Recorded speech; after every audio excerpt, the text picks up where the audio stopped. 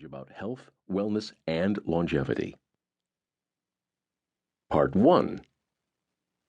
The Path to Self-Healing. Introduction.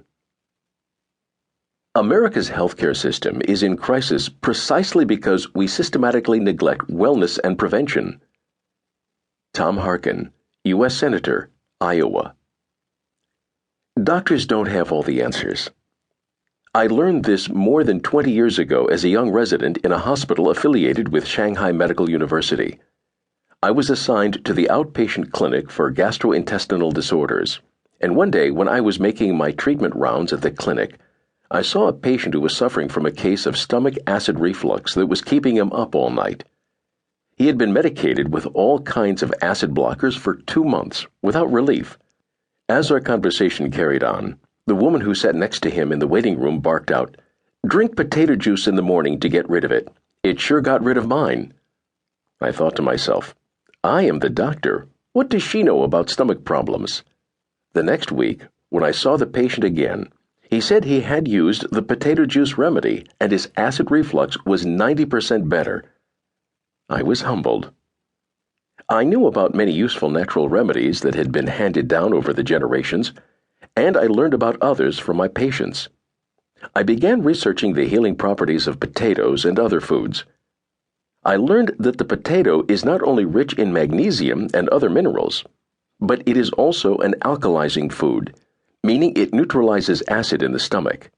More recently, the potato was discovered to contain compounds called cocoamines that help lower blood pressure.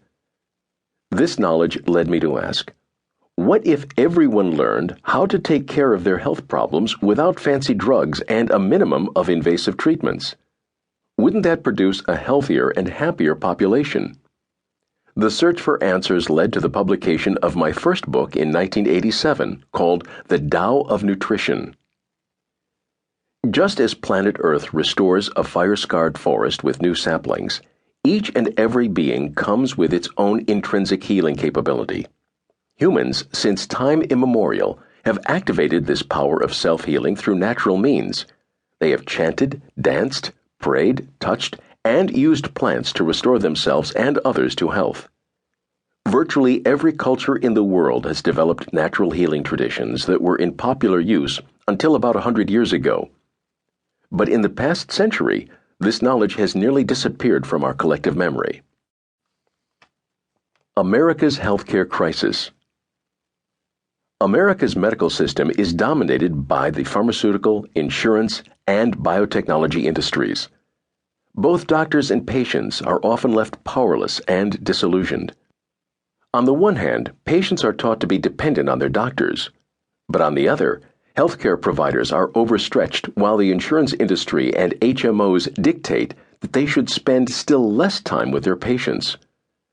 Trapped in this morass are the nearly 250,000 Americans who perish each year as a result of medical mistakes, neglect, and drug or procedure-related side effects. All the while, healthcare costs are spiraling out of control due to untenable economic models. The current healthcare crisis has exacted a heavy toll on society and individuals alike, sapping productivity and vitality, and provoking angst. Healthcare consumers have increasingly become frustrated with the broken-down system and are seeking alternative healing methods.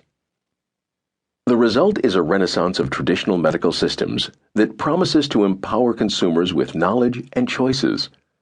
The growth and emergence of alternative healing practices in the last decade have been driven by consumers whose needs have not changed since the days of their ancestors. The healthcare industry would be better advised to listen to what the consumers of their products and services want rather than force on them from above a system that serves its own self-interest. We can take a balanced approach in which the best of the world's medical traditions work side by side for the benefit of the patient. That approach, in fact, has been practiced in China for several decades. Chinese doctors empower their patients by educating them about nutrition and diet therapy. Doctors form lifelong relationships with their patients, allowing them to have input and control over their own health and well-being. The system has worked, and it is a necessity since the government would not be able to support a Western-style healthcare system for its